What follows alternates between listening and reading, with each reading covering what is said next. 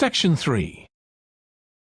You will hear a student called Russ consulting his tutor about a presentation he is preparing on nanotechnology, the study of materials on an extremely small scale.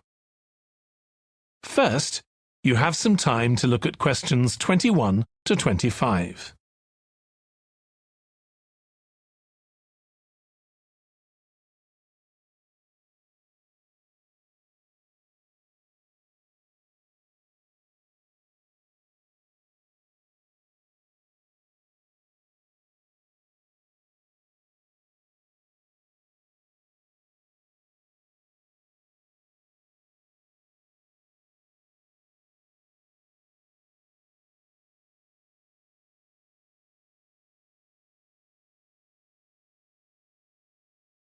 Now listen carefully and answer questions 21 to 25.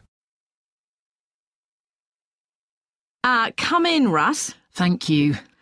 Now, you wanted to consult me about your class presentation on nanotechnology. You're due to give it next week, aren't you? That's right, and I'm really struggling.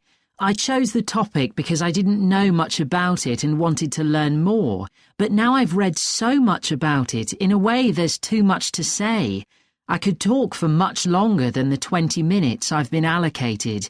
Should I assume the other students don't know much and give them a kind of general introduction, or should I try and make them share my fascination with a particular aspect? You could do either, but you'll need to have it clear in your own mind. Then I think I'll give an overview. OK. Now, one way of approaching this is to work through developments in chronological order. On the other hand, you could talk about the numerous ways that nanotechnology is being applied. You mean things like thin films on camera displays to make them water repellent and additives to make motorcycle helmets stronger and lighter? Exactly. Or another way would be to focus on its impact in one particular area, say medicine or space exploration. That would make it easier to focus. Perhaps I should do that. I think that would be a good idea. Right. How important is it to include slides in the presentation? They aren't essential by any means, and there's a danger of tailoring what you say to fit whatever slides you can find. While it can be good to include slides, you could end up spending too long looking for suitable ones. You might find it better to leave them out. I see. Another thing I was wondering about was how to start. I know presentations often begin with, first I'm going to talk about this, and then I'll talk about that. But I thought about asking the audience what they know about nanotechnology. That would be fine if you had an hour or two for the presentation, but you might find that you can't do anything with the answers you get, and it simply eats into the short time that's available. So maybe I should mention a particular way that nanotechnology is used to focus people's attention. That sounds sensible. What do you think I should do next? I really have to plan the presentation today and tomorrow. Well, initially, I think you should ignore all the notes you've made, take a small piece of paper and write a single short sentence that ties together the whole presentation. It can be something as simple as, nanotechnology is already improving our lives. Then start planning the content around that. You can always modify that sentence later if you need to. OK. Before you hear the rest of the discussion, you have some time to look at questions 26 to 30.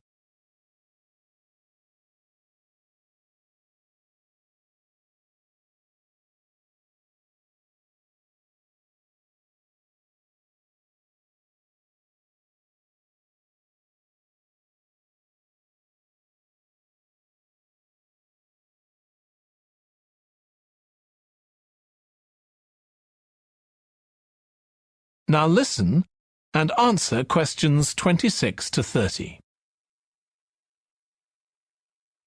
OK, now let's think about actually giving the presentation.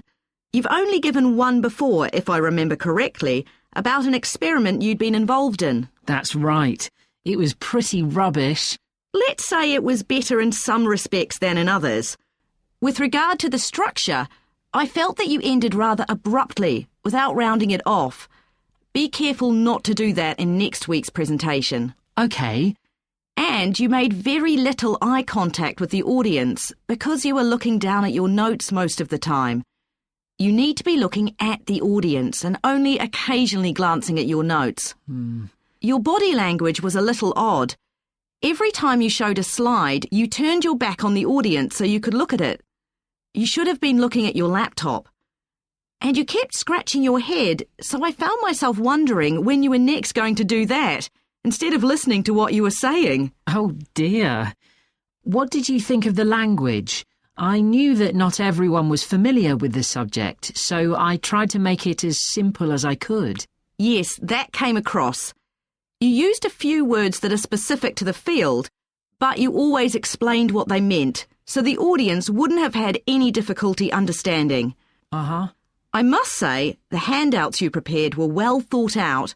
They were a good summary of your presentation, which people would have been able to refer to later on, so well done on that. Thank you. Well, I hope that helps you with next week's presentation. Yes, it will. Thanks a lot. I'll look forward to seeing a big improvement then. That is the end of section 3.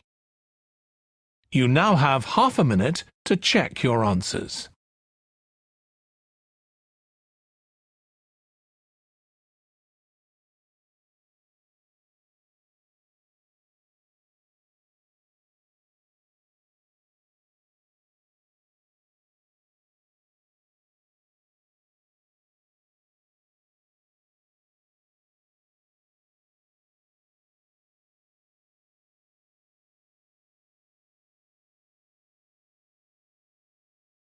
Now turn to section 4.